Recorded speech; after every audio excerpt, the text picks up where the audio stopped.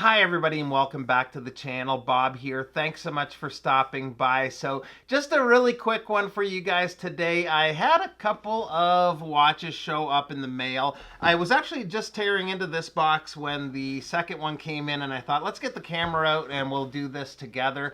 The first watch is going to be what I think is going to be a really great value diver from a new micro brand that's launching. I think it's in March. The second watch is a watch I've wanted for a really long time. It's going to be part of my new Seiko Legends series, and you're going to know from the thumbnail already probably, so it's the SARB033. I've always wanted the watch. I've tried a few of them on, but I've never really had any amount of wrist time with one, so I'm really looking forward to that too. So let's get into the watches. All right, so I already started to cut into this one, so we'll get it open here, and inside we have a leatherette case, some packing peanuts. I don't think there's anything else in there. And right away you can see that the watch is from Second Hour Watches. There's been a number of videos out on this watch already, so you guys probably have seen at least a couple of videos on it. Oh, there it is. I wasn't sure what color they were going to send me, and I'm really glad that they sent this one. This is a really nice, it looks to be white, but there's just a little silverish hue to it. Have to check that bezel action, and it's really nice. It's one of those bezels that sticks out from the case just a little bit. So very easy to grip and turn. I know that this diver kind of has it all going on with what we're looking for in a dive watch. The insert is ceramic. We have sapphire crystal, I believe, with an AR coating. The watch is actually running, but we'll give it a little wind here.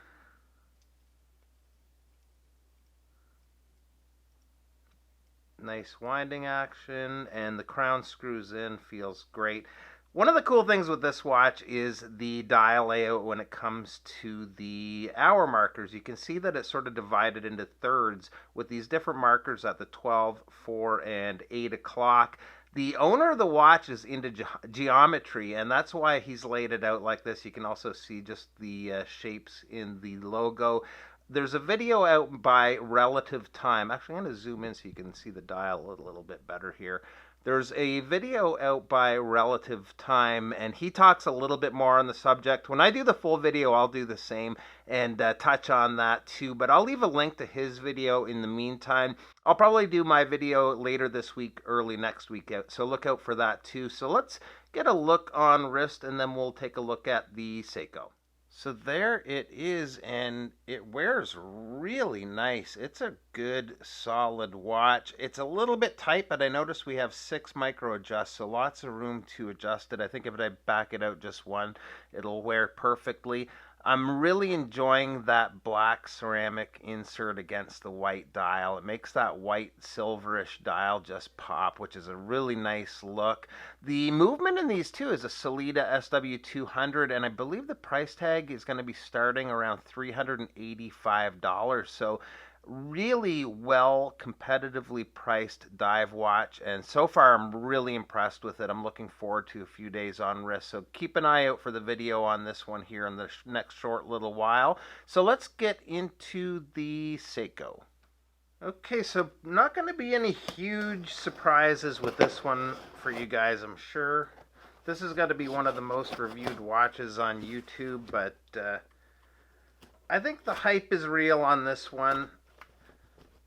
Not always the case with some watches, but it's a popular watch for a reason, and that's exactly why I want to do the Seiko Legends series and talk about why some of these watches have gotten so popular. And it's a watch that I've always wanted to own myself too, so I'm really excited for that. It's going to be fun to finally get some serious wrist time with the watch, so let's get into it here. And there it is. I was almost going to go for the 035, the white or creamy-ish colored dial, just because I have so many black dial watches, but you just gotta have the 033 to me. The dial is just inky black on this. Hopefully it's showing through on camera. Okay, let's get it off the pillow here. So I've tried this watch on a few different times at different watch get-togethers, different watch enthusiast functions. It's always been on a leather strap, so I've been really excited to get some wrist time with it on the bracelet. And the nice thing about this watch, or one of the nice things about it, is that it works so well on a lot of different straps too. I just am very happy with this just out of the box. It just feels right to me. The one thing that's cool with it too is it's so Seiko. The Seiko DNA is proud and strong with this one, just the way that side profile is. It is very Seiko-esque, I guess you could say. So I'm going to try to get the hang tag off and some more of the stickers off, and we'll get in for a little bit of a closer look. So there it is, and it's just laid out perfectly almost. The dial, the handset, the hour markers, it's such a well done watch. Considering the price too, finish work is very well done. We got the signed crown.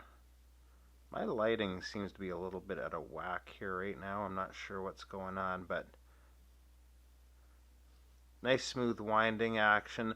The one thing that I'm questioning now is, does this have pin and collar or not? Or is it just push pin? I will be finding that out very soon, but I'll give you guys a look on wrist. And there it is. And I think one of the reasons it's so popular is just how well it wears. If you have much of a bigger wrist than I do, you might need to find some extra length somewhere, because it is almost fitting me just as is at a box.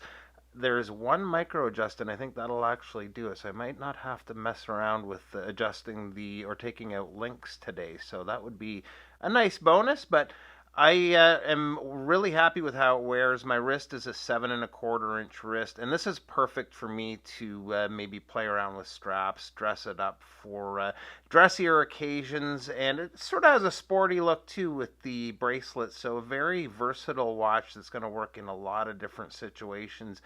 Really pumped to finally have one of these in the watch box, and looking forward to a couple of weeks on wrist. I'll do a follow-up video. That'll be the second video in the Seiko Legends series, so look out for that one too. So that's it for today, guys. Just a really quick unboxing. Thanks so much for stopping by, and we'll see you real soon. Bye-bye.